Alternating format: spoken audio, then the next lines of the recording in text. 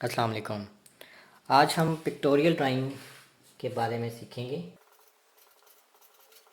ये जो pictorial drawing होती है ये 3D ड्राइंग की रिप्रेजेंटेशन होती है। हम लोग जो पुराना जितना भी काम कर रहे थे वो 2D में कर रहे थे। जैसे हम ये एक स्क्वायर जब बना रहे थे तब हम इसका टॉप व्यू बनाते थे, इसका फ्रंट व्यू और इसका साइड व्यू, जो कि कुछ यूँ होता था। ये इसका टॉप आ गया, ये हम इसका जो फ्रंट और ये इसका हम एंगल प्रोजेक्शन से साइड निकालते थे। अब हम जो है वो जब 3D बनाएंगे तब हम इसकी 3 साइड दिखाएंगे। जैसे 2D में हमारे पास ये 2 एक्सिस होते हैं और 3D में हम जो है वो एक्स और ये वाई और ये जी 3 एक्सिस में खेलते हैं। जैसे ये अगर हम अलग अलग बना रहे थे, अब हमें कुछ यूँ नज़र आएगा जिसमें कि हमें ये 3 साइड नज़र आएगी।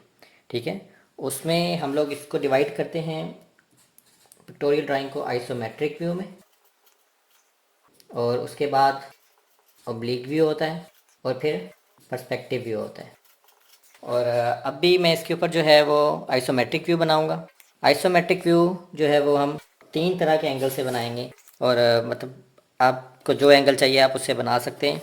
लेकिन इसमें अब जैसे मैं जो है वो ये 30 का एंगल है मेरे पास, ये 60 का है और ये 45 का। अब इसमें मैं जो है 30 के एंगल से बनाता हूँ। इसी स्क्वायर को बनाते हैं, और अगर मैं इसे स्क्वायर कह रहा हूँ तो इसका मतलब ये इसकी लाइन, ये लाइन और ये लाइन, ये जितने भी एंगल है इनकी जो डायमेंशन है वो इसकी जो लेंथ बनती है वो बराबर है।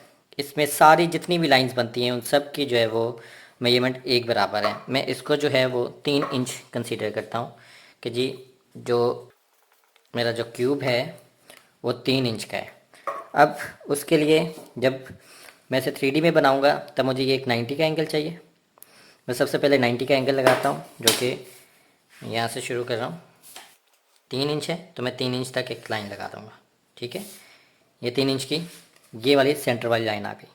अब ये जो है ये मुझे एंगल चाहिए, ये दोनों एंगल चाहिए। ये दोनों एंगल 30 के एंगल लगा रहा हूँ मैं, तो मैं इसको यूँ रखता हूँ।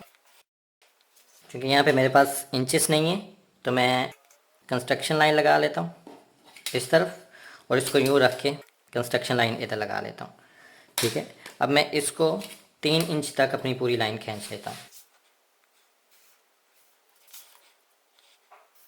देखिए ये 3 इंच तक लाइन चली गई। अब जैसे ये जो है लाइन ये मैंने लगाई थी 3 इंच की है, और ये दो लाइन भी अब 3 इंच की ही लगेंगी। जैसे मैं इसको यहाँ रखता हूँ, अब ये देखें ये 90 डिग्री है।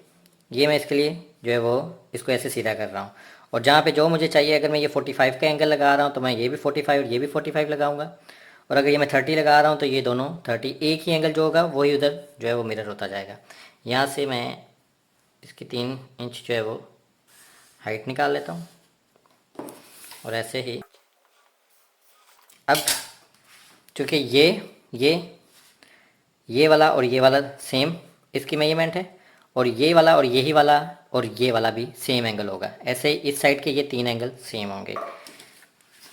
आइसोमेट्रिक में एंगल जो है वो सेम चल रहे होते हैं।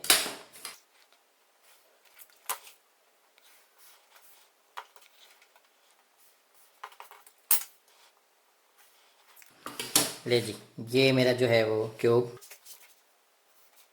30 के एंगल पे, ठीक है, आइसोमेट्रिक बन गया। आइसोमेट्रिक व्यू इस क्यूब का आ गया, और ये इसकी जो मेजरमेंट है वो है 3 इंच। हर साइड जो है इसकी 3 इंच बनती है। इसी तरह आप इसको, चूँकि हमारे पास ये फिक्स एंगल है, इसकी स्टडी के लिए 45 पे बना सकते हैं, 60 पे भी बना सकते हैं। अब जो है वो ऑब्लिक व्यू बनाते हैं। ऑब्लिक व्यू और आइसोमेट्रिक व्यू में एक फ़र्क है, वो मैं आपको शीट लगा लूँ फिर मैं आपको बताता हूँ। ऑब्लिक और आइसोमेट्रिक व्यू में फ़र्क ये है कि ये अगर आइसोमेट्रिक व्यू है और हम 3 इंच पे ही स्क्वायर दोबारा बनाएंगे, देखें वो होगा ऑब्लिक व्यू। अब चूँकि ये भी 3D है, इसमें भी 3 एक्सिस हैं, उसके लिए मैं जो है वो 45 का एंगल, अगर हमने 30 के एंगल पे आइसोमेट्रिक बनाया था तो इसको हम 45 पे बना लेते हैं। इस तरह हम एंगल भी थोड़े समझ जाएंगे। जैसे स्क्वायर ही है तो इसकी हम 3 इंच हमारे पास हाइट आ गई। और उसके बाद 3 इंच का ही 45 का एंगल आ गया। और यहाँ से भी 3 इंच की हाइट आ गई। और फिर 3 इंच का जो है वो, अच्छा जी, ये तो इसकी हो गई एक साइड, ये वाली एक साइड है। और इसकी ये जो दूसरी साइड है उसमें ये जो इसका सामने वाला फेस होगा ना, वो बिल्कुल ऐसे सीधा होगा। और ये भी है 3 इंच, और ये 3 इंच। फिर उसके बाद 45 का ही एंगल यहाँ पे भी, और ये यूँ बंद हो गया। ये हमारा जो है 45 डिग्री पे ऑब्लिक व्यू बन गया है। ऐसे ही आप इसको 60 डिग्री पे और 30 डिग्री पे बना सकते हैं। इसमें जो आइसोमेट्रिक में ये 2 एंगल्स आते हैं, दोनों तरफ आ रहे हैं, ये एक आसान सा इसका वो है फ़र्क है।